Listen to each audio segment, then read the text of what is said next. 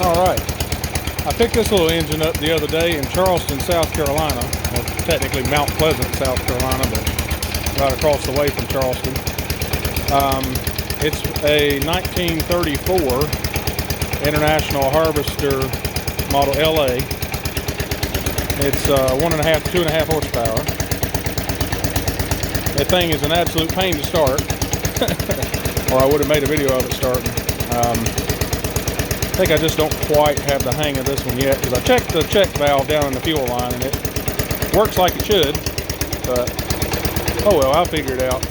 Might just need some cleaning. The guy never did run it a whole lot. The serial number on it calls it a 1934.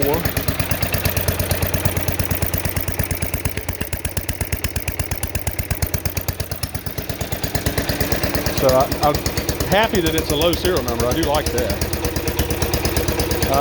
I had it running for about 4 hours the other day as I was doing other things. Once it gets good and warmed up, it'll kind of hunt with no load on it, but from what I gather, that's pretty normal, and I'm happy with that for it to be as old as it is. Not entirely sure what I'm going to do with the little thing, but you've seen back in my channel, back when I was actually active, 10 years ago, I had a little collection of engines, and I ended up selling all that stuff off over time, and now I'm looking to get back into it. Now, I made a video of the little Briggs the other day, which I would have it outside running, but it's kind of raining today.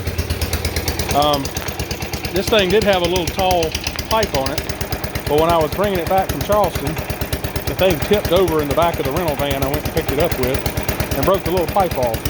I got it somewhere in the back of the Gator, I thought, but I think we moved it when we used it the other day.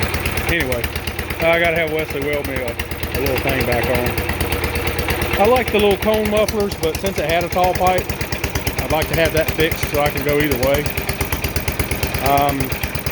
Kind of hesitant about trying to get that little elbow out. It may come out. Then again, I may soak it in some Throttle, or I may just leave it alone. I'm not really planning on doing anything with this little engine. I think the freeze plug at the bottom may weep just a little bit. I know when I was putting some coolant in a little while ago, I spilled some, and I see some green down there on top of the fuel tank. But something to look out for. I know it's got some Permatex or something on it. When I went underneath it to wipe it off with a little rag, I felt, the kind of gummy substance there. But the little thing runs all right once it gets to running. Once they get it, it runs a pain, but each one of them has its own little quirks, and I just picked this one up 2 days ago, so I'm learning this one. I'm thinking about getting some wheels. A guy on Facebook Marketplace has some International Harvester steel wheels, and I thought it'd be interesting to make a little cart for it that even has International Harvester wheels for the International Harvester engine. So I had a little LA briefly about 10 years ago, but at the time I was just really not interested in throttle governed engines. But as things have gone on, I kind of like them. Going to Denton and things like that, they've grown on me over the years. Now this one does not have its valve cover. I would assume the LAs had valve covers. Correct me if I'm wrong, but generally I see them. This one doesn't have a little stud,